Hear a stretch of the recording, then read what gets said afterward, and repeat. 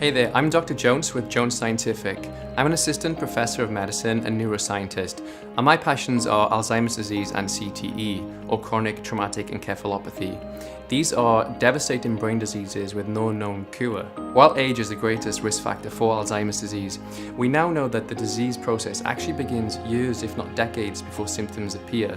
And so every adult should be aware of disease prevention strategies, and the earlier the better. CTE is caused by repeated hits to the head.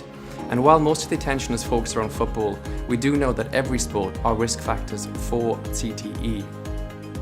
Military personnel are also at risk. The remarkable thing about Alzheimer's disease and CTE is that both of these diseases share very similar pathologies within the brain. As well as being at risk of CTE, military veterans who have suffered concussion are also twice as likely to develop Alzheimer's disease. In fact, the protein involved in Alzheimer's disease is the exact same protein involved in CTE. Thus, one preventative approach may be beneficial for both diseases. So what preventative approaches can we take? Well, we know a lot more about Alzheimer's disease than we do about CTE, so let's look at the science of Alzheimer's disease and what we know. There are three things that science says that help us prevent Alzheimer's disease. That's sleep, exercise, and diet. Sleep. Get good sleep.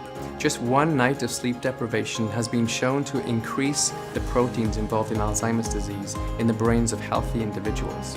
What's more, when you sleep, the body works to remove proteins which are involved in Alzheimer's and CTE from within the brain. Exercise.